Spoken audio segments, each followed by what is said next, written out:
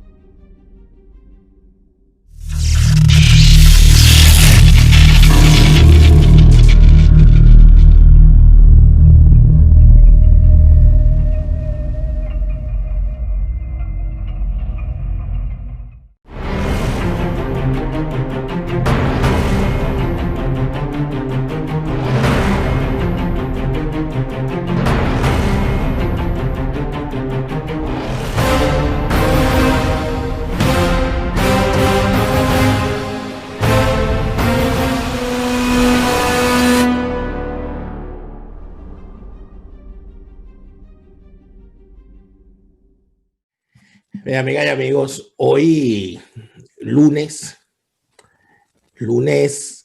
8 de marzo del año 2021 es nuestro programa número, si no me equivoco, 385.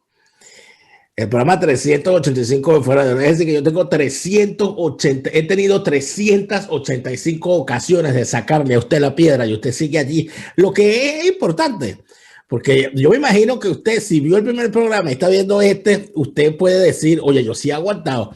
Sobre todo los venezolanos que se encuentran fuera de Venezuela y que, bueno, al igual que yo, se han tenido que calar años y un poquito más de pandemia encerrados, ¿no? Entonces, yo de verdad les doy las gracias a esos venezolanos y no venezolanos que encerrados han puesto este programa como uno de los programas más vistos de la actualidad y del análisis político venezolano, sobre todo en tiempos de pandemia. Es algo así como una autotortura. La gente se puede poner este programa y, bueno, y lo han logrado.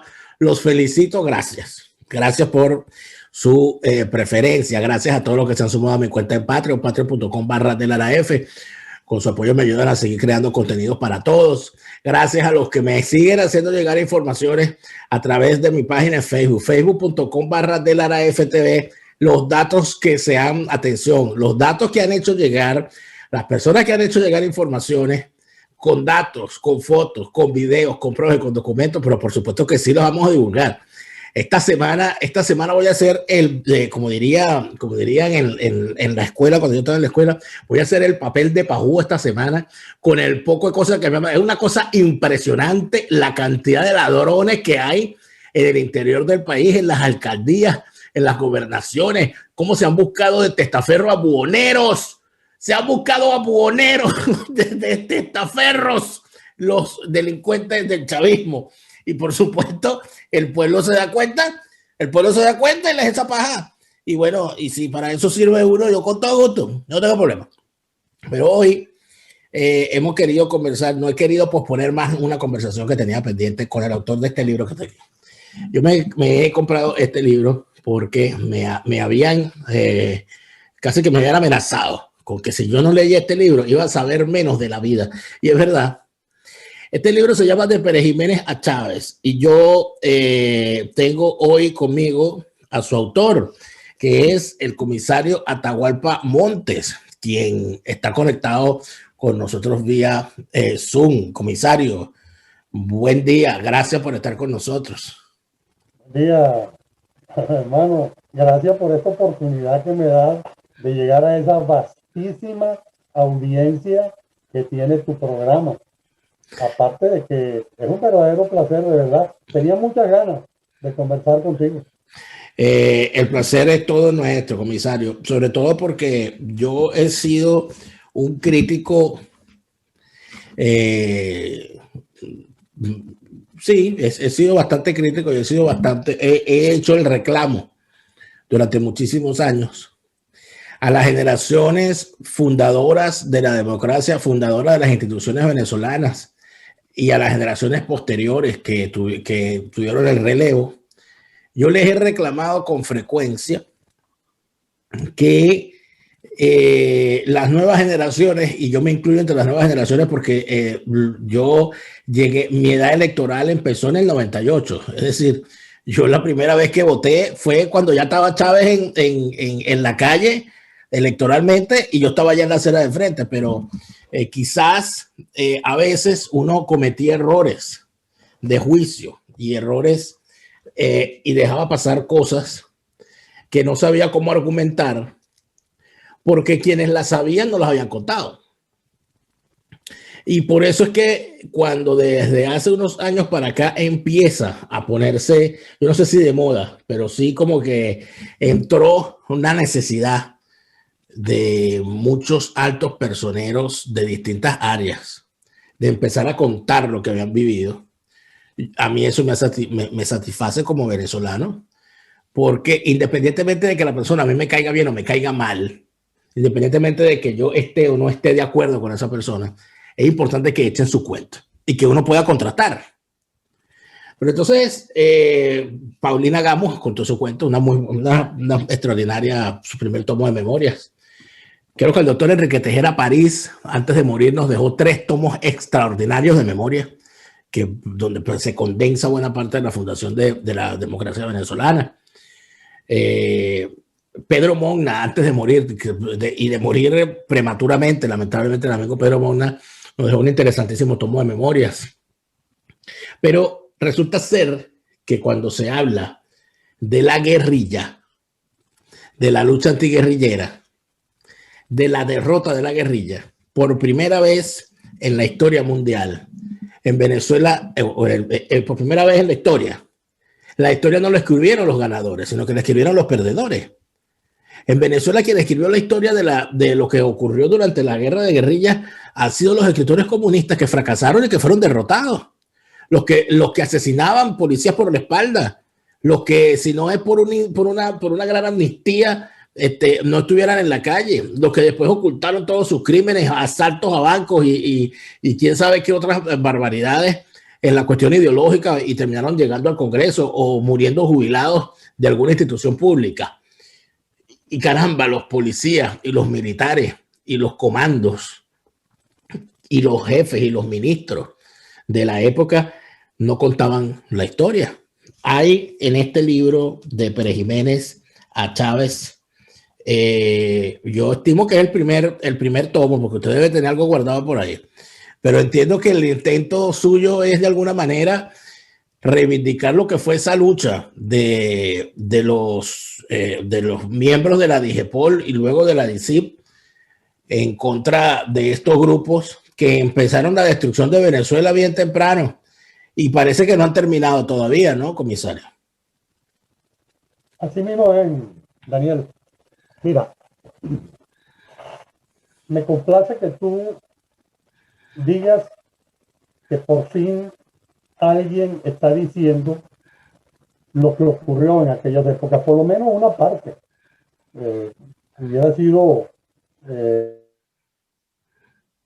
excesivo el tamaño del volumen si se dijera todo lo que ocurrió. Yo allí me limité a reseñar algunos hechos que tienen que servir como un ejemplo para esas generaciones a las que tú te refieres de lo que ocurrió de verdad, porque quienes escribieron esa historia no fuimos precisamente los que ganamos la pelea. Parece mentira, pero quienes escribieron esa historia fueron los que perdieron la pelea.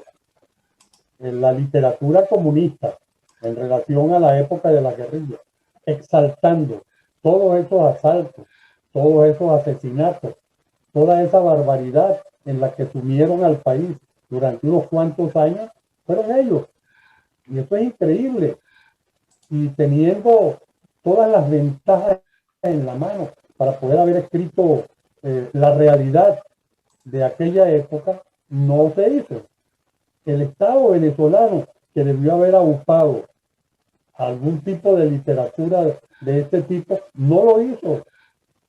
Y bueno, mira, después de tantos años, yo dije, bueno, está bueno. Déjame escribir yo algo, aunque no sea mucho. Y sí, tú tienes razón. Eso podría llamarse un primer volumen, aunque no va a venir precisamente como un segundo tomo de este libro, lo que yo puedo decir al respecto. Porque ocurre que durante varios años, 8 con el Nuevo País, no sé cuántos en el norte de Puerto La Cruz y otros tantos en una emisora radial del mismo Puerto La Cruz, 104.9, yo tuve programas y artículos semanales durante todos estos años en esos medios de prensa en los que hablaba de muchas cosas, incluyendo, por supuesto, esto de lo que estamos hablando hoy, y estoy recopilando una gran cantidad de artículos que tengo guardados y una gran cantidad de programas de radio que voy a condensar en un volumen para sacarlo también al aire, para sacarlo al mundo y que se sepan otras cosas además de las que ya digo allí. Claro, hoy vamos a dedicar todo el programa a esta conversación con el comisario Atahualpa Montes, y en esta primera parte queríamos precisamente hablar de lo que es el libro y de su motivación. Fíjense que una de las cosas que está sacudiendo como bandera novedosa digamos, de reivindicación en la agenda globalista de esta izquierda emergente, está el tema de la memoria histórica. Ellos hablan de la memoria histórica, y si bien la memoria histórica es algo que los pueblos requieren tener si de verdad anhelan su permanencia, ¿no? Porque una población, una nación que no recuerde su historia, o sea, la olvidará y dejará de ser nacional en algún momento. Eso es verdad, pero la utilización del término memoria histórica por parte de esta izquierda efervescente de hoy en día, inflada y propietaria de medios y todo lo demás, plantea, en realidad, cuando hablan de la memoria histórica, plantean por un lado una revancha y por otro lado una reescritura de la historia. Así vemos como, por ejemplo, el que yo diría el gran timonel de esta cuestión de la memoria histórica en el mundo hispano, que fue Rodríguez Zapatero en su gobierno. Él crea la ley de memoria histórica para borrar toda calle que llevara nombre de algún general franquista, ¿no? Entonces ahí empezó como una cosa como revanchista, ¿no? Porque de repente ese general franquista vivió en esa calle y sus vecinos decidieron ponerle ese nombre, ¿no? O de repente no. Pero entonces empezó como que el rescate de la memoria histórica, en vez de buscar a las víctimas y hacerlas sentir reivindicadas, se buscó a dónde están los victimarios para 70 años después volverlos a infamar y meternos con la familia, y que la familia sienta vergüenza de su pasado, etcétera. Una cosa que termina dividiendo. En el caso de Venezuela, el chavismo, bueno, Hugo Chávez reescribía, aunque no escribió jamás ni una línea, cosa muy interesante que deberían tener en cuenta los chavistas, ¿no? Que tuvieron un líder ágrafo. Pues ese señor jamás escribió una sola línea de un libro. Él entonces verbalizaba la historia. Entonces él empezó a cambiar la historia. Y en su historia, en la historia según Chávez, Páez era un traidor, ¿no? Guaycaipuro era, bueno, el primer socialista de la historia. Cristo era comunista. Y así, 50,000 cosas que al tipo en su fume se le ocurre. Pero institucionalmente existe en Venezuela, yo no sé si usted lo sabía, hay un archivo, el Archivo General de la Nación, en la Biblioteca Nacional, crearon no sé si es una cátedra o una sección sobre la guerrilla. Y allí están todos los documentos y libros y cosas que se han escrito por parte de guerrilleros, diarios de guerrilleros, toda aquella cosa. Y si bien estamos hablando de una cosa súper ideologizada, glorificando la violencia, además, a mí me parece interesantísimo, porque de alguna manera están exponiendo lo que ellos tienen y dicen, bueno, esto fue lo que nosotros hicimos. Y yo creo que los venezolanos necesitamos a estas alturas la verdad. Yo creo que los venezolanos necesitamos a estas alturas saber quiénes fueron los que manejaban a Hugo Chávez para que ese señor terminara dando un golpe de Estado el 4 de febrero. ¿Quiénes eran esos generales de los que nadie quiere hablar, de los famosos notables que andaban por ahí escondidos? ¿Quiénes eran los políticos que sabían que venía un golpe y se quedaron esperando que los llamaran para la junta? Ese tipo de historias donde nosotros hoy nos vemos envueltos en el chavismo. Los venezolanos necesitamos saberla. Le pregunto yo a usted, comisario, ¿por qué tan reacias las instituciones y los policías y los militares venezolanos y los antiguos ministros, directores generales sectoriales en contar estas cosas que pasaron? ¿Por qué cuando salía este señor García Ponce escribiendo un libro hablando del tren del encanto, nadie salía a decirle que bueno, pero si tú fuiste el que dio la orden? ¿Por qué nunca se confrontaba esto con la verdad?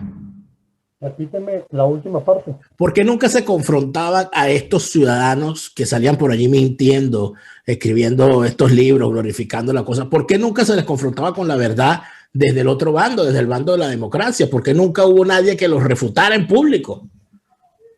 Porque lamentablemente En muchas oportunidades tuvimos a una cantidad de, déjame no decir la palabra, vamos a decir alcahuetas de esta gente, a los que protegían hasta por razones familiares. Mm. Muchos de esos guerrilleros, que eran guerrilleros, muchos de los hombres y mujeres que subvirtieron el orden del país y bañaron de sangre a Venezuela de punta a punta, tenían familiares en el otro bando, en el bando del gobierno. Te voy a poner un ejemplo. Yo fui jefe de lo que se llamó la zona 4, que comprendía los estados de Lara y Falcón, del 60 al 63, la época de las guerrillas duras. El gobernador del estado Falcón se llamaba, un gran señor, se llamaba Pablo Saer.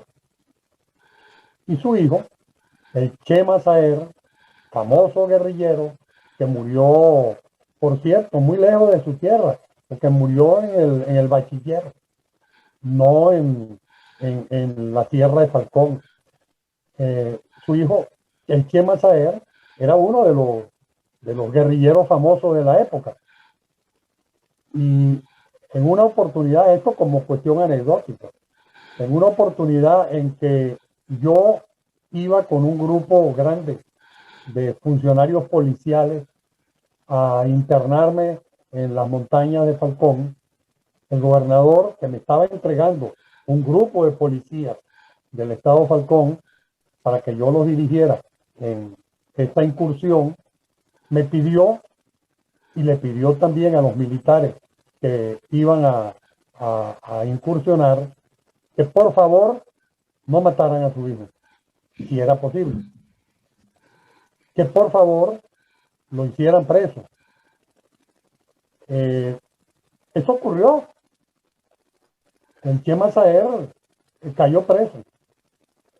¿Qué fue lo que ocurrió con el Chema Saer y con otros que como él estaban matando policías y matando militares y subvirtiendo el orden público a nivel nacional?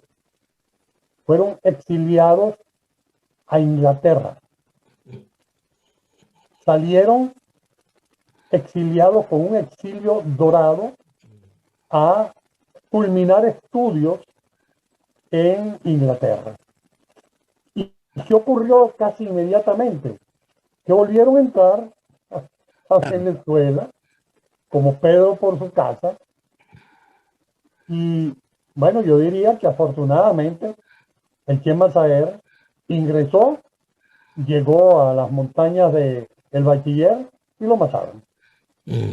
Así de simple. Pero como es, Daniel, sí, tenemos cientos de casos, así es. cientos de casos que yo podría relatar y que no relato allí en ese libro, porque sería muy largo.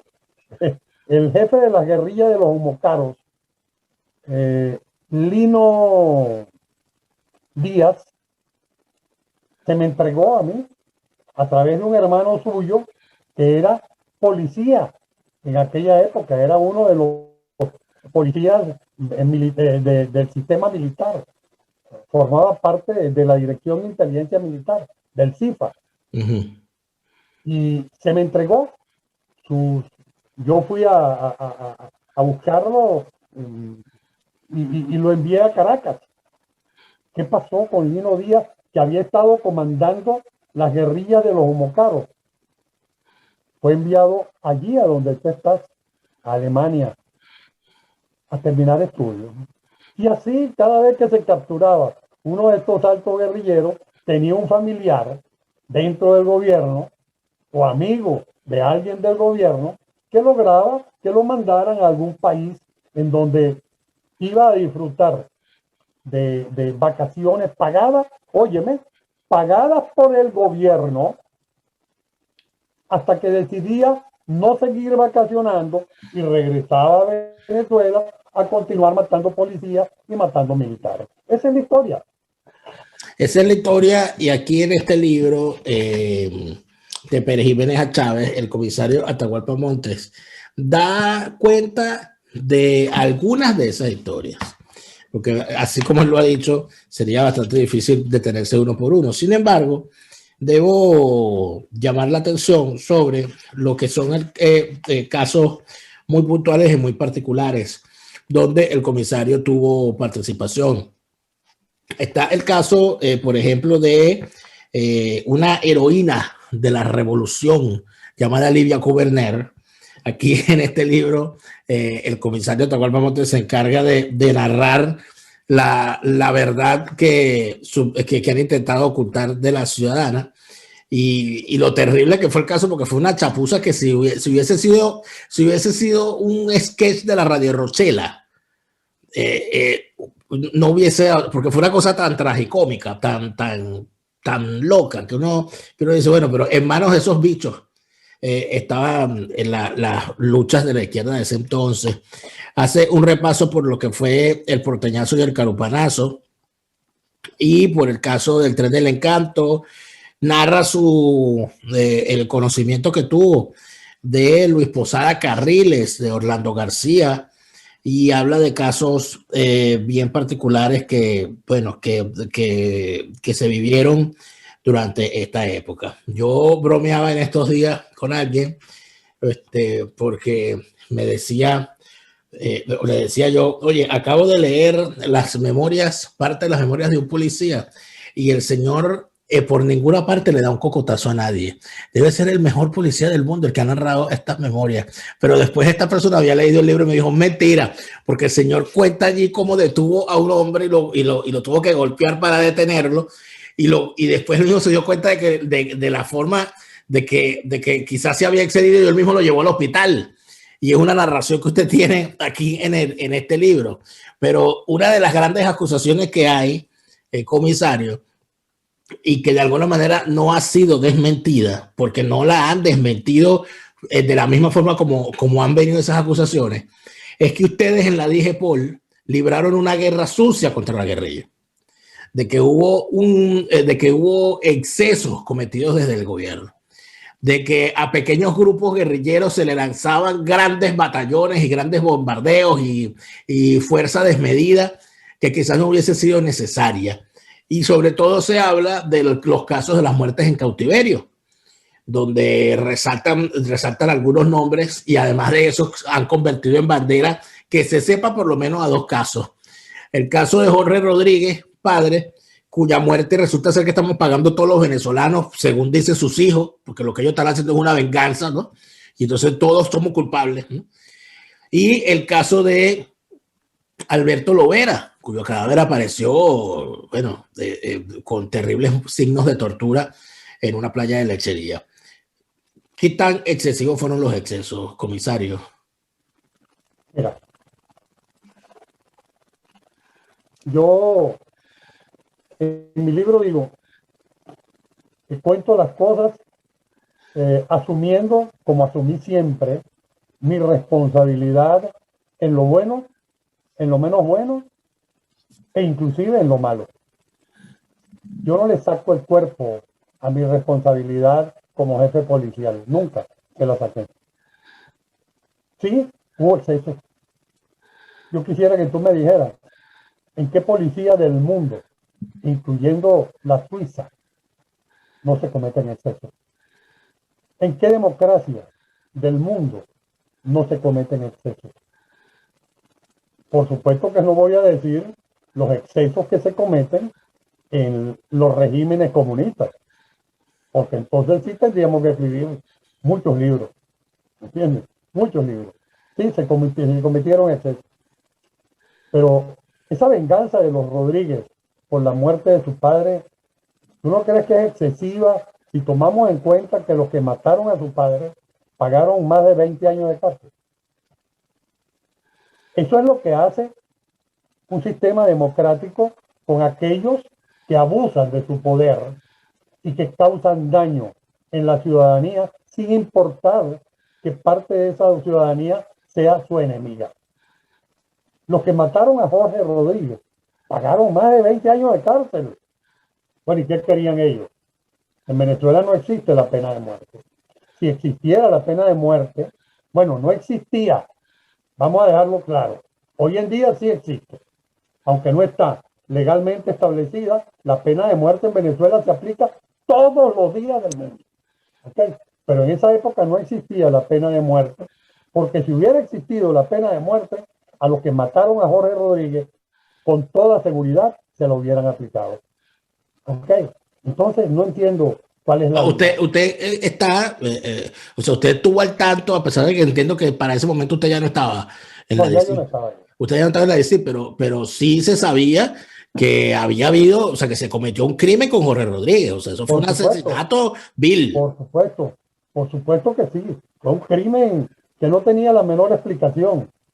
Es más, yo lo que escuché, pues ya no estaba, te repito, yo lo que escuché decir es que los funcionarios que se llevaron a Jorge Rodríguez fuera del despacho para torturarlo, se le fue la mano, lo mataron, claro, lo asesinaron, pero para torturarlo lo hicieron con el objeto de que les dijera en dónde estaba todo el dinero que él, como secretario de Finanzas de la PAL, había acumulado en algún sitio. Mira, yo no sé a dónde fue a parar ese dinero. Ellos no lograron quebrar al hombre, no lograron quebrarlo y no lograron que le diera en dónde tenía él oculto el dinero que había recibido, entre otras cosas, por el secuestro de Frank William Niao. Bien, entonces fueron 2 delincuentes o 3 delincuentes que estaban insertados en la policía, como se insertan en muchas policías del mundo, los que mataron a Jorge Rodríguez. Con relación al caso de Alberto Lovera, sí, yo estaba en Digepol en esa época, pero yo ya tenía un año viviendo en España. Yo tenía un año estudiando en la Universidad Complutense de Madrid y en la Dirección de Seguridad Española. Así es que no conocía el caso, sino por referencia, igual que lo conoció muchísima gente. Tengo entendido que también fueron sujetos de juicio los que llevaron a cabo ese crimen. Fue otro de los excesos de la policía, entre comillas, de esa época. Claro. Pero, ahora, hoy muchísima gente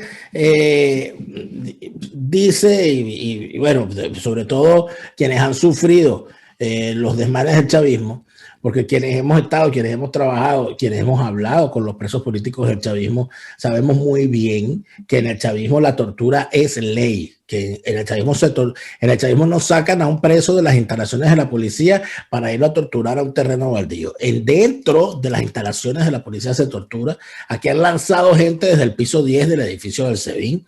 Aquí han creado cárceles especiales para aplicar tortura blanca y todas estas cosas creadas por estas mentes siniestras. Y sabemos que eso existe. Pero además de eso sabemos que hay todo un aparato de tortura en el caso del chavismo. Y entonces muchísima gente podría pensar en ser una cosa normal y natural, porque los seres humanos somos así. Oye, no hay que dejar ningún comunista vivo. Después que esto termine no hay que dejar un solo chavista vivo. Y entonces empieza como esa especie de gran reconcomio nacional que termina siendo sinceramente peligroso. Porque si bien a mí me gustaría que todo aquel que haya cometido un atropello sea judicializado y pague por lo que corresponda por su atropello, yo no creo que sea precisamente con la tortura con la que eso se logre. Pero el asunto está en cómo se le dejó el relato a los guerrilleros. Entonces aquí se dejó, por ejemplo, de relato de que no, la guerra de guerrillas fue una cosa donde Venezuela contaba con todo el apoyo de los Estados Unidos y con todos los pertrechos y tal y más cual, y lanzaban a guerrilleros de helicópteros y simulaban suicidio y torturaban y tal y no sé qué, y mataron a no sé cuántas miles de personas, pero nunca jamás se habla, por ejemplo, ni del apoyo de Cuba, ni de las armas enviadas por Cuba, ni de la forma como Cuba estuvo, inclusive mucho después de la amnistía, entrenando comandos de guerrilleros venezolanos y sirviendo de base de operaciones para entrenar locos que lo que venían era después asaltar bancos, porque eso fue lo que se convirtieron mucho. Yo quisiera, comisario, que al regreso, en el siguiente corte, habláramos un poco de eso, porque de alguna forma pareciera que la guerrilla ganó en la opinión pública lo que perdió en el campo guerrillero. No lograron ganarle a las fuerzas de la democracia en la guerra, pero después dibujaron un escenario tal donde prácticamente son todos unos malvados los que terminaron ganando. Y por supuesto, eso justifica la llegada del chavismo al poder, porque todo va por ahí, ¿no? Esa es la historia de ellos, que el chavismo es una reivindicación o, como dicen los hermanos Rodríguez, una venganza. Vamos a hacer un corte, amigos, y al regreso de este programa especial seguimos conversando con el comisario Atahualpa Montes a propósito de su libro, de Pérez Jiménez a Chávez, y por supuesto todas sus opiniones y recuerdos sobre su época como policía venezolano. Ya venimos.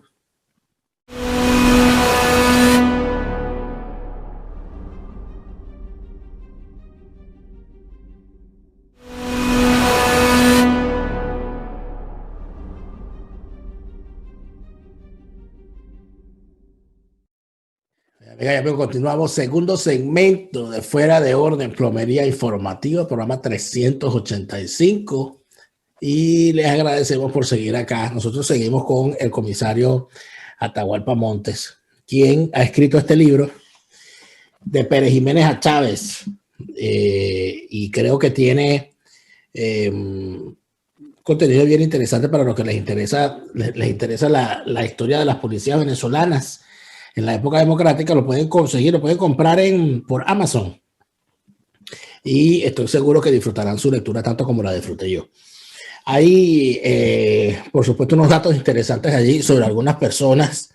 Algunas han causado cierta polémica. Por allí he visto algunas polémicas que prefiero no comentarlas, pero que he estado al tanto de ellas por gente a la cual se mencionan allí, de las personas que uno las tenía en otro concepto, y de repente el comisario Atahualpa Montes nos da una radiografía muy distinta de lo que esas personas eran en público. De eso ha habido mucho en la historia venezolana, ¿no? En la historia venezolana hemos tenido a unos personajes muy respetados en la opinión pública y colocados como unos grandes demócratas, pero lo que se escondía detrás de su figura, en algunos casos eran inclusive cerros de cadáveres. Y todo eso parece que ocurría o podría haber ocurrido porque quienes se sabían la historia de esos personajes nunca la contaron. Voy a dar un nombre. El nombre de José Vicente Rangel.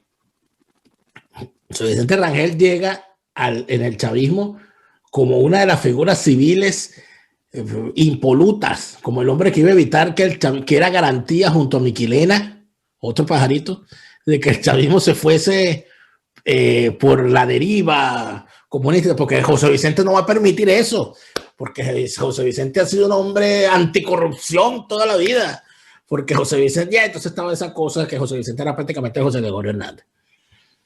Cuando Atahualpa Montes, en el año 98, vio que se agrupaban alrededor de Hugo Chávez aquellos personajes que habían sido derrotados durante la guerra de guerrilla, pero que además algunos de ellos se habían salvado de la justicia que quizás les hubiese tocado luego de haber asesinado o mandado a asesinar a gente por la espalda, inclusive algunos de ellos a sus propios compañeros, porque eso es otra cosa que no se ha contado aquí. La cosa de los fusilamientos en los campos guerrilleros es una cosa horrible, de cómo que fusilaban guerrilleros fusilando guerrilleros por acusaciones ideológicas y sus cosas locas.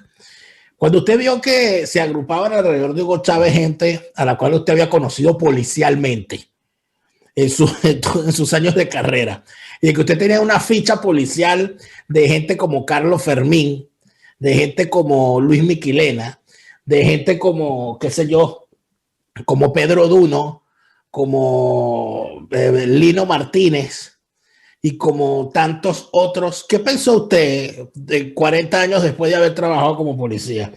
¿No sintió que ese trabajo no había sido de todo efectivo? Porque toda esa gente regresó, esa gente se salvó, llegó al poder. Vamos por partes. Ajá. Vamos a regresar al segmento anterior Sí. en el que tú decías que te gustaría que te hablara algo sobre la desproporción Por entre favor. gobierno, guerrillas, ayuda americana, etcétera, etcétera, etcétera.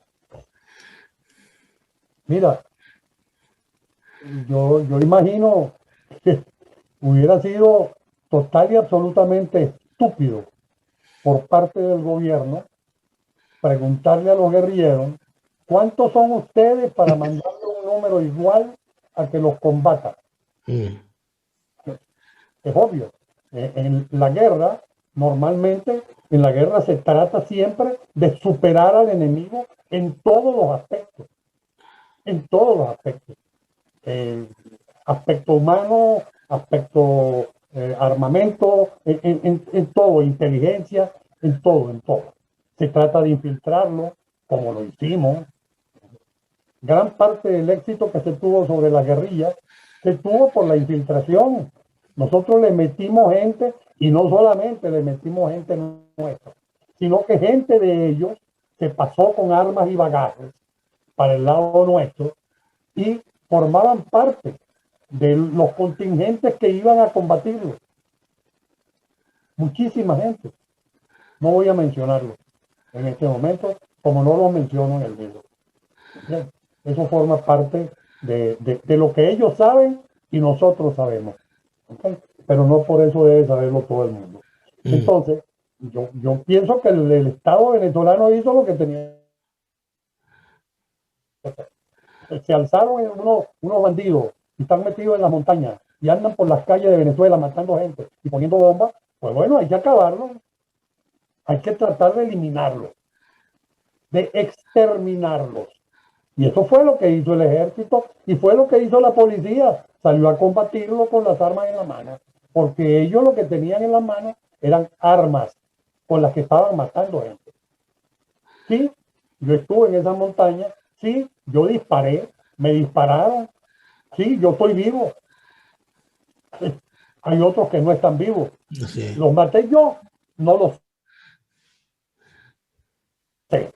Porque en la guerra, en esa guerra, a menos que tú seas un francotirador, tú no sabes a quién mataste ni cuándo lo mataste. Tú estás combatiendo. Y no te pones a identificar al que cayó allá para ver si lo mató el fusil tuyo o el del compañero que tenías al lado. El gobierno hizo lo que tenía que hacer. Yo estuve, como estaba yo dentro de las unidades antiguerrilleras, cuando se produjo la operación Torres, que fue el bombardeo de unas posiciones guerrilleras. Sí, si yo hubiera sido gobierno, hubiera sido ministro de la defensa, también hubiera bombardeado esos sitios. Así de sencillo. Entonces, yo en eso asumo la responsabilidad que me tocó y no la eludo en lo más mínimo. Respondí esa parte. Hay una, pero me atrevo a profundizar allí porque hay una, digamos, una, quizás una gran duda que se cierne sobre lo que son los números, ¿no? Que siempre, bueno, siempre son parte de la controversia. Porque, por ejemplo, el profesor Germán Carrera Damas, historiador, en una conversación que tuvo, convertida en libro, llamada El asedio inútil, una conversación que tuvo con el periodista Ramón Hernández, él quería hablar precisamente de lo que fue la etapa de la guerra de guerrillas. Y él decía, y lo decía como profesor de esa generación, porque él era director de la Escuela de Historia en la Facultad de Humanidades de la UCB, de donde salían contingentes de guerrilleros. Él dice a sus 80 años con mucho lamento que él, lo que para él significaba que destacados estudiantes de su clase de repente pasaran por su oficina a despedirse sin decir para dónde se iban. Y entonces todo estaba claro de que los muchachos se iban para el frente guerrillero. y que él se puso a contar en su mente y entonces él siente que se perdió a una generación de gente, tanto dentro del sector militar y policial como dentro de los que se fueron a la guerrilla, que pudieron haber sido muy útiles en el futuro, como profesionales, como militares, como policías. Él habla de que él siente de que se pudo haber perdido en ese periodo 5,000 vidas entre todos. Hay un número real de cuántos se perdió, cuántos policías fueron asesinados por la espalda, cuántos guerrilleros perecieron en los frentes, cuántos militares fueron emboscados. ¿Esos números existieron? ¿Existen esas estadísticas? Mira, yo creo que se acerca bastante ese número que tú mencionaste a los muertos desde el principio hasta el fin. No te olvides que ahí hubo muertos primero con lo que se llamaron las guerrillas urbanas, hasta que surgen las guerrillas rurales. Okay. Pero también hubo en las calles de Venezuela una cantidad de muertos impresionante. Ahora, en las montañas, de lado y lado, hubo muchos muertos. Bueno, quizás no 5,000, pero sí podría acercarse allí a 4,000 muertos. Claro, comisario, porque es que tenemos otro tema que muy pocas veces debatido, que se ha establecido que el fin de las guerrillas fue con la amnistía de Rafael Caldera, pero poco se recuerda que si bien el decreto de amnistía lo emite Caldera, no toda la guerrilla la acogió a su momento, sino que con el tiempo es que se fueron acogiendo a ella, porque ya todavía en los años 80 teníamos eventos como Cantaura y Yumare, ¿no? Donde asentamientos guerrilleros tuvieron que ser bombardeados y atacados por el gobierno. Entonces, o sea que si nos ponemos a contar, quizás llegamos hasta el año 89. Si nos ponemos a contar acciones de la guerrilla, ¿no? De eso te estoy hablando, yo te digo de principio a fin, hasta que desaparecieron las guerrillas totalmente de Venezuela. Ahora, todo eso, o sea, estamos hablando de vidas humanas. En el proceso que había el combate en las montañas, porque estamos hablando de unas montañas que, por cierto, hay un relato hecho por unos generales cubanos. Se llama Habla a los generales, ese libro. No, lamentablemente no lo he podido leer, pero sí tengo referencia de él. En ese libro hablan varios generales que estuvieron en las guerras, lo que ellos llaman guerras internacionalistas. Y hablan varios que estuvieron en Venezuela en las guerras de guerrilla. Por supuesto, dos de los más connotados que estuvieron en la guerra de guerrilla no llegaron al momento que se hizo el libro porque Fidel los fusiló acusándolos de narcotráfico, que fueron Arnaldo Ochoa y Tony de la Guardia, ¿no? Pero sí había unos que estuvieron en Venezuela y decían, recuerdo que explicaban diciendo que había un gran problema de comprensión del terreno porque ellos no sabían que la montaña venezolana era tan distinta a la montaña cubana. Que la montaña cubana era una cosa, pero que en cambio la montaña venezolana era una cosa inmensa, con una gran cantidad de animales, con unos peligros terribles, y que todo ese desconocimiento ellos los llevó, que inclusive los propios combatientes venezolanos, que eran fundamentalmente muchachos de la ciudad, no tenían la más mínima idea de cómo sobrevivir allí. Cuando se hacían esos bombardeos o esas búsquedas, había luego la búsqueda de entrar en el terreno para ver si alguien quedó vivo, o simple y sencillamente eso quedaba así.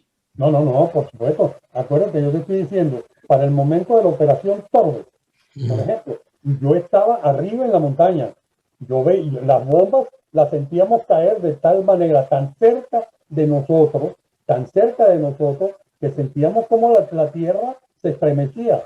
Y después que pasa el bombardeo, nosotros avanzamos con el grupo de militares, de cazadores, del batallón de cazadores, avanzábamos buscando gente herida, muerta, viva, en fin, pues, el rastreo de la zona ya bombardeada. Por supuesto que sí.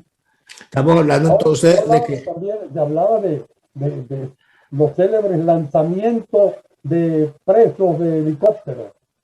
Fíjate bien, cuando tú eres periodista, cuando tú creas una matriz de opinión y no hay nadie que la refute, esa matriz de opinión se queda como una verdad. Así es. Cuando hablaron de que habían lanzado presos de helicópteros, jamás llegaron a decir a quién habían lanzado. Bueno, sí hubo uno que todavía lo repite y da discursos a propósito, que es Soto Rojas. Su hermano Fernando Soto Rojas dice, ya ha dicho que a su hermano lo lanzaron en helicóptero, tal, y que ellos nunca tuvieron el cadáver, entiendo, y todo aquello.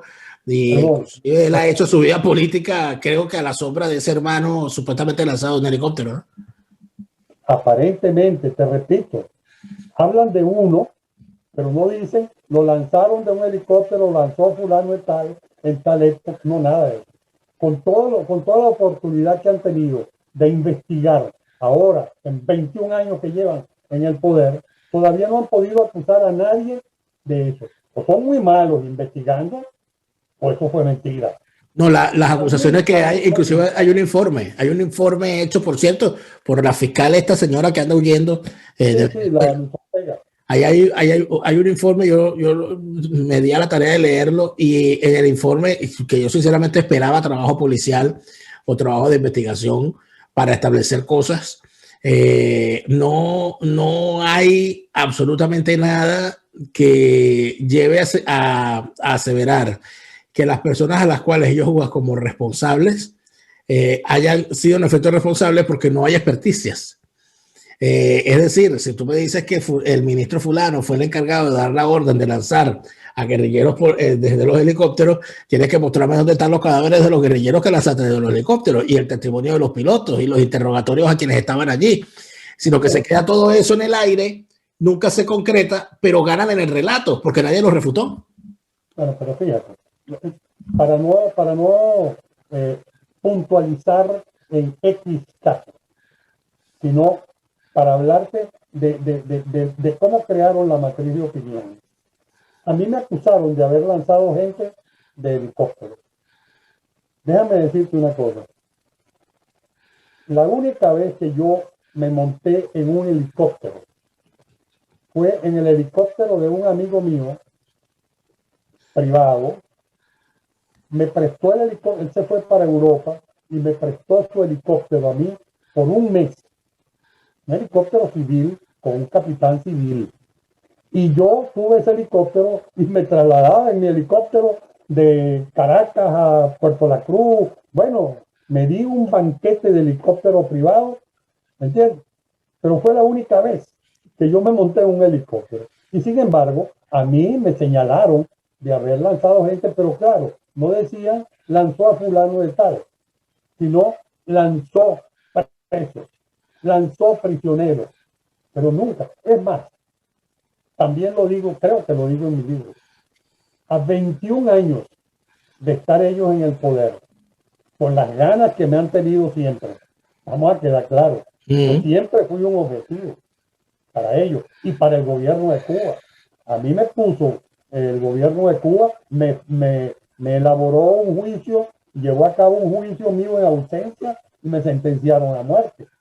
Allí en donde fuera encontrado. Entonces, todavía, a 21 años de estar en el poder, con todos los recursos que ellos han tenido, no me han acusado de nada en ninguna parte. O sea, a usted... Un solo juicio. Bueno, pero a usted el gobierno cubano lo procesó en un juicio en ausencia, y no solamente lo condena a muerte, sino que ordena que la sentencia sea ejecutada allí donde se ha encontrado. Es decir, que el que lo encuentre lo mate. En donde fuera. ¿Y por qué le tiene tanto cariño el gobierno cubano a usted? Bueno, no sé, debe ser porque combatí a la gente que ellos mandaron y a lo mejor me achacan algunos muertos de esos héroes cubanos. ¿Cuál de los momentos? Sí. ¿Cuál de estos momentos, comisario, vividos por usted, cuando echamos la historia atrás, ¿no?, de estas acciones policiales y militares en contra la guerrilla, cuál acción puede ver usted cuando, si echamos el tiempo atrás, como la más importante, como la que pudo haber detenido cosas gravísimas? ¿Hay alguna acción que usted dice, oye, si nosotros no hubiésemos hecho esto, quizás esto hubiese sido terrible? ¿Hay alguna? Porque siempre hablamos de las que ocurrieron, pero de las acciones frustradas, ¿hay alguna que usted recuerda en especial? Acciones frustradas. Es decir, acciones que haya hecho el Estado venezolano contra las guerrillas, que de alguna manera hayan podido evitar males mayores, porque siempre se habla, por ejemplo, ¿cómo? Machurucuto. Machurucuto. Eso fue un golpe terrible. Aquí cayeron unos cuantos cubanos ahí mismo en la playa. Así es. Y aparte de eso, por cierto, en Machurucuto desembarca ese héroe de la Revolución Cubana que posteriormente es fusilado por narcotraficantes según el gobierno cubano. Arnaldo Ochoa. Así es. Él desembarcó allí, estuvo, él logró sobrevivir y subió a las montañas y estuvo combatiendo y lo tuvieron que sacar porque le dio una diarrea imparable, una de esas diarreas de nuestro país, y el hombre tuvieron que sacarlo de allí bañado no precisamente en sangre, ¿no? Pero tuvieron que sacarlo porque se estaba muriendo, no había forma de que se le parara el chorro. O sea, esa acción de encontrarse, entiendo que fue por sorpresa, ¿no? A los que venían entrando. No, eso no fue tampoco coincidencia. Eso fue, vamos a quedar claros, eso fue una delación. Ok. Eso fue una delación de uno de esos héroes de la guerrilla. Claro. Ahora, ya. Muchos héroes que tuvimos allí, muchos. Bueno, está enterrado, no sepultado, está depositado en el Panteón Nacional, nada más y nada menos que Argimiro Gabaldón, y está depositado Fabricio Ojeda. A Fabricio Ojeda lo interrogué yo, sin tocarle un pelo de la cabeza. Denunció lo que era y lo que no era, chicos. Yo le he dicho al gobierno, y creo que lo digo en el libro, que por qué no publican la declaración de Fabricio, la que le tomé yo. ¿Y usted no la tiene? Mira, ese es un secreto. Publíquela, comisario. Publíquela. Le reclamo yo, ¿por qué no la publica? Pero ¿por qué el gobierno que la tiene, por qué no la publica? Porque no le conviene, no le conviene, comisario, publíquela usted y yo la comento, yo le hago el prólogo, pero mire, fíjese, no, claro, esas son las cosas que se esconden. Ahora, fíjense lo siguiente, ya pacificada mucha de esta gente, ya cesados de las guerrillas, ¿qué significaba eso de seguir usted siendo policía y ver cómo los tipos que mandaban a matar, mandaban a muchachos a morirse al monte mientras ellos estaban tranquilos porque nunca se fueron a la guerrilla, o a estos tipos que ordenaban la muerte de policía, un policía al día, ¿no? Política, eso nunca lo dicen, ¿no? La política de matar a un policía a diario, una cosa terrible. Y usted luego se los encuentra siendo un policía, como diputados, senadores, algunos de ellos llegaron hasta ministros después. ¿Qué significaba haber sido usted una persona que interrogó a Moisés Moleiro y después tuvo que verlo como ministro o como diputado? ¿Nunca hubo un recuerdo amargo de esos personajes hacia usted o viceversa? Mira, ahí hubo de todo.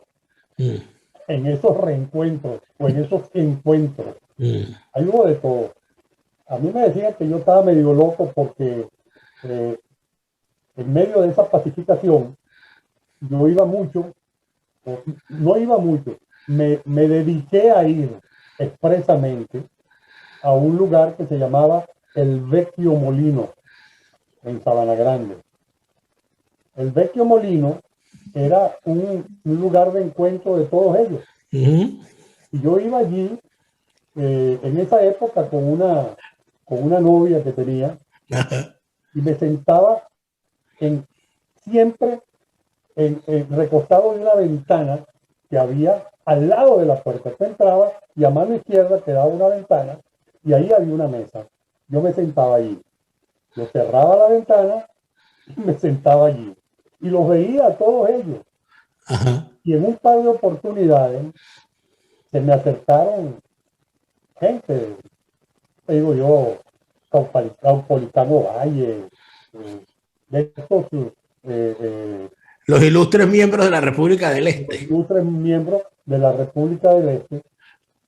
se me acercaron y me dijeron, comisario, usted me permite que me siente con usted, siéntese, me permite tomarme un whisky, y yo se lo brindo. Y conversábamos, ¿no? Conversábamos. Yo los veía, los analizaba para mis adentros y lo dejaba pasar. Bueno, y terminé siendo un habitué de ese sitio y jamás nadie se metió conmigo. Jamás. Ninguno de ellos. Yo no voy a decir que era por miedo ni nada por el estilo, sino que sencillamente estaban disfrutando de su libertad absoluta y les parecía mejor no tentar a la suerte.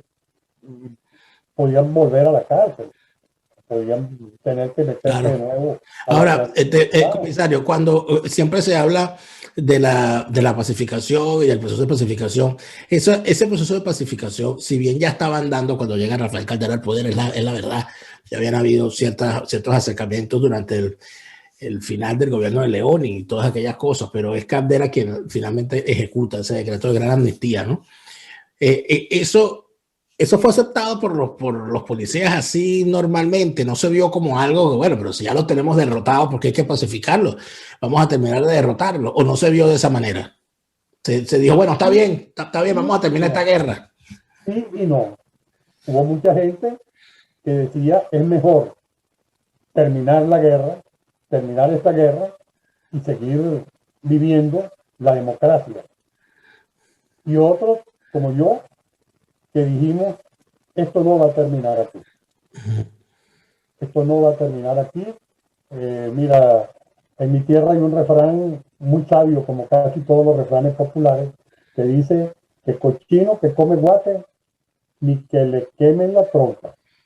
Y la respuesta la tenemos ahora, con 21 años de esos señores haciendo y deshaciendo en Venezuela, pasando una factura terrible a quienes no hicieron nada, a quienes no cometieron delitos y a quienes lo único que han hecho es decir que les gusta más vivir en libertad que vivir en un sistema dictatorial.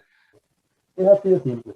Yo fui uno de los que dije, señores, el que cometió un delito debe pagarlo. Y eso no fue así. Ahí hubo una amnistía prácticamente, bueno, lo que ocurrió con Chávez, ¿no? Para traerlo a una etapa más reciente. El doctor Caldera le regaló a Chávez la presidencia de la República y le regaló a Venezuela lo que hoy tiene. Si pudiese haberse hecho algo distinto frente a esa guerrilla, ¿qué hubiese hecho usted si hubiese estado en su poder? Frente a la pacificación, seguir con la guerra, cambiar las estrategias, buscar la derrota total, ¿qué debió haberse hecho en su opinión?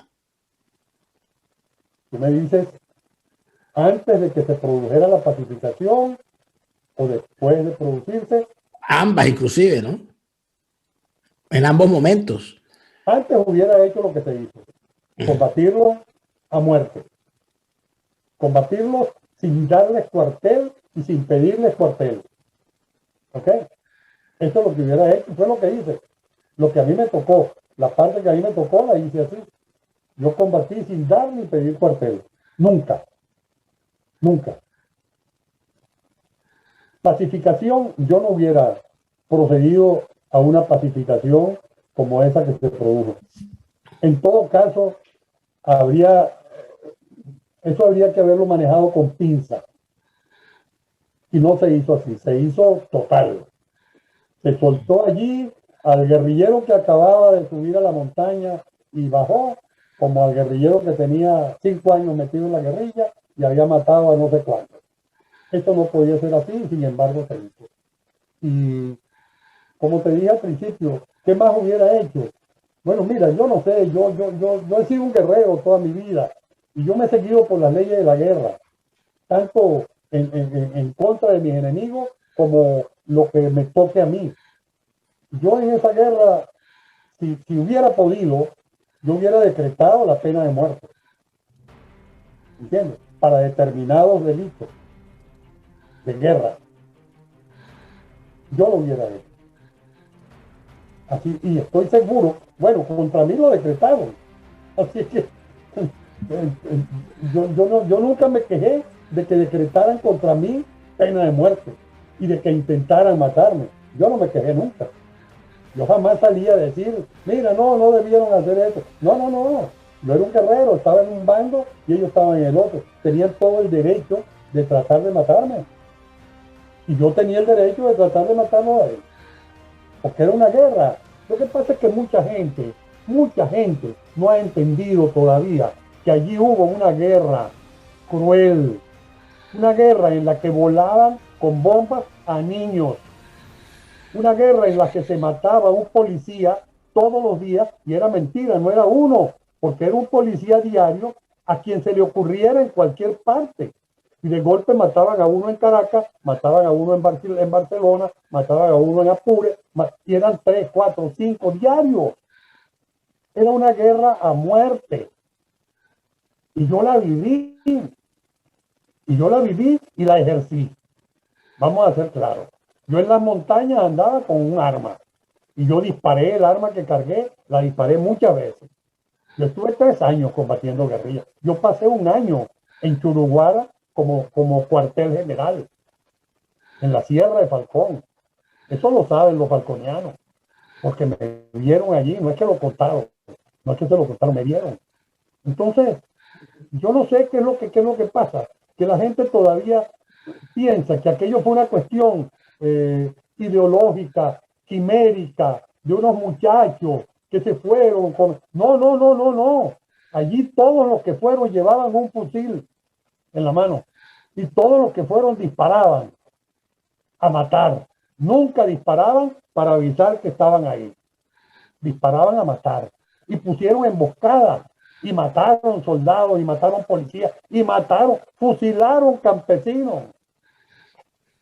Fusilaron campesinos por señalarlos como colaboradores del ejército o de la policía. Eso no se debía olvidar, pero se olvidó. Yo trato de que lo recuerden. Así de sencillo. Yo nunca he renegado de mi condición de guerrero. Y nunca he dicho que yo no quebré un plato. No, yo quebré todos los platos que pude. Pero lo único que no pueden decir de mí, y no lo han podido llevar a un tribunal, es que yo, interrogando, torturé a alguien. Y que después de tener a un hombre preso, lo torturé, o lo golpeé, o lo maté. ¿Entiendes? Eso no lo han podido decir, ni lo van a poder decir porque no ocurrió. Ahora, en la montaña, a mí me disparaban y yo disparaba.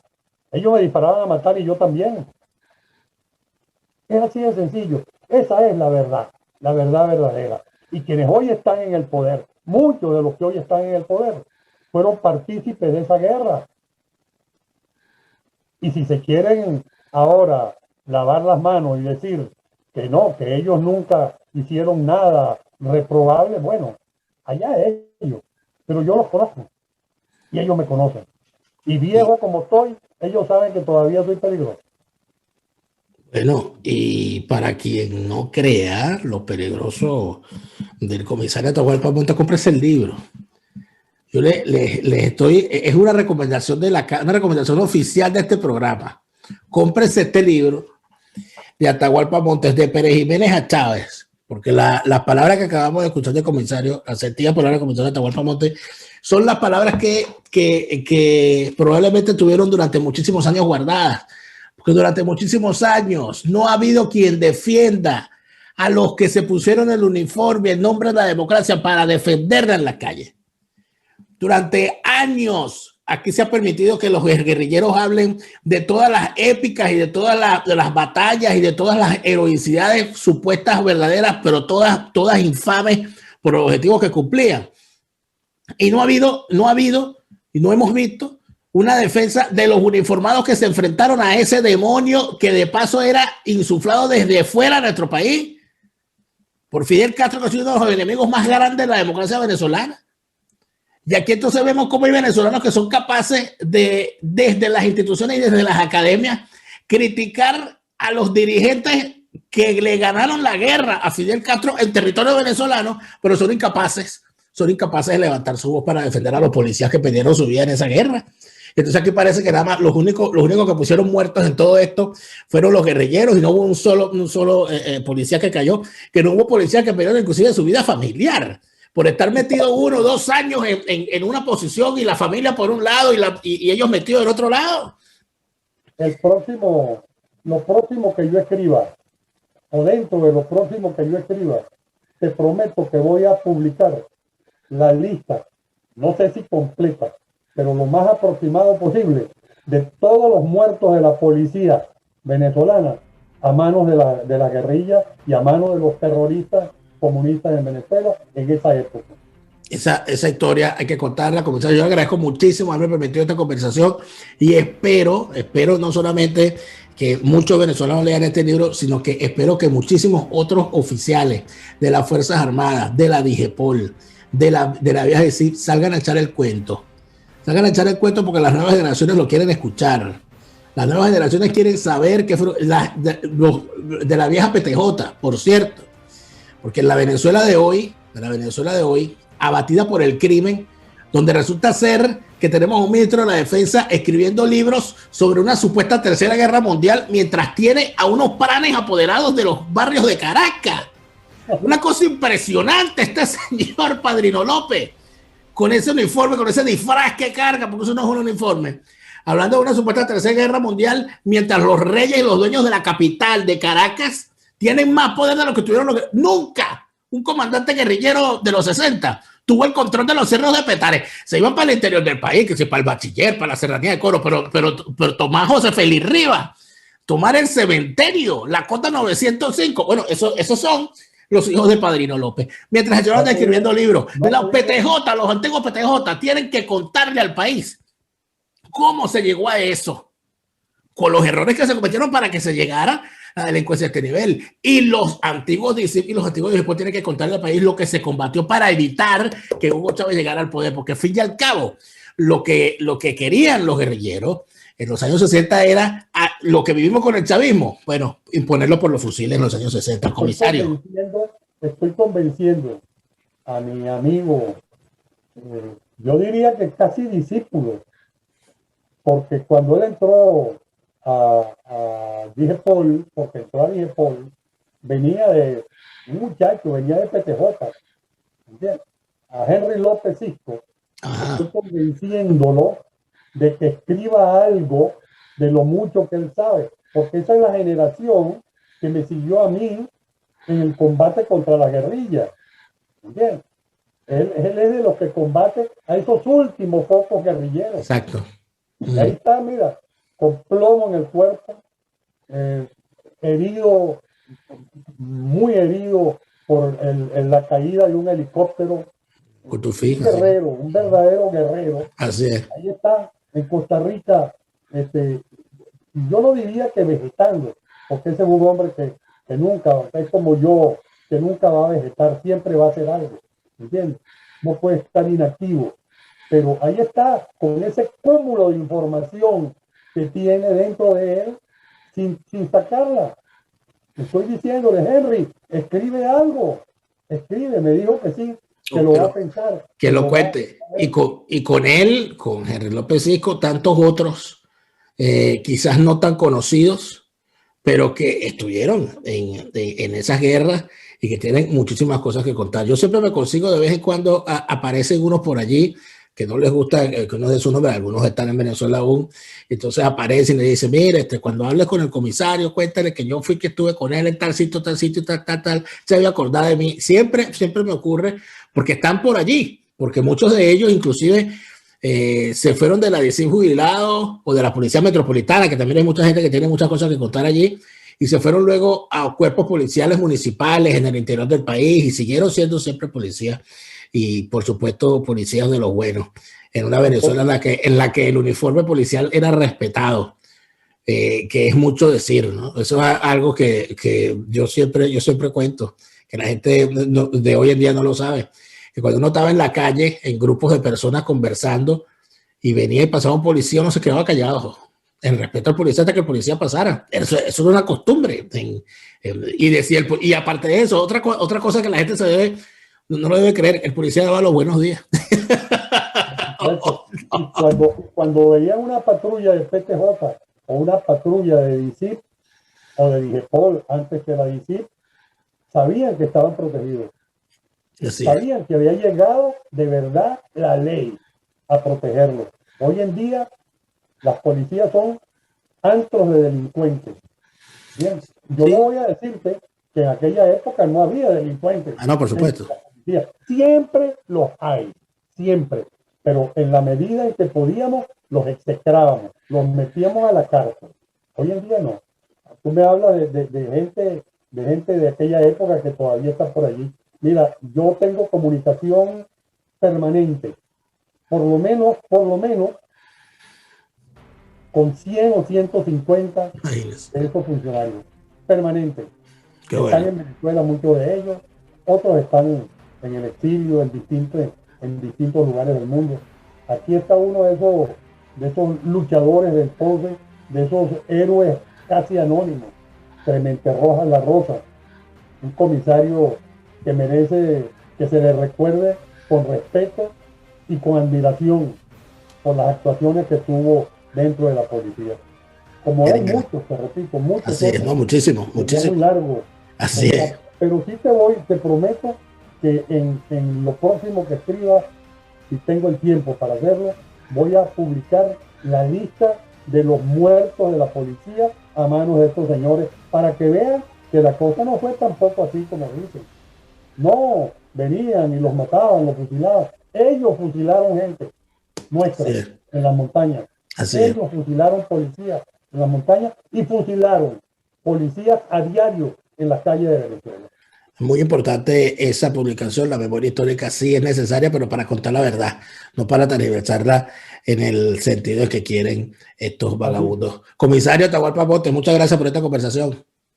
Hermano querido, espero que siga teniendo éxitos como este, como los que tiene a diario en su programa. Que Dios lo conserve. Muchas gracias. Amén, amén. Por la oportunidad. Muchas gracias por esta conversación al comisario Atahualpa Montes. Nosotros, amigos, hemos llegado al final de nuestro programa 385. Gracias por haber estado acá. Compren el libro del comisario Atahualpa Montes, de Pérez Jiménez a Chávez. No me canso de recomendarlo.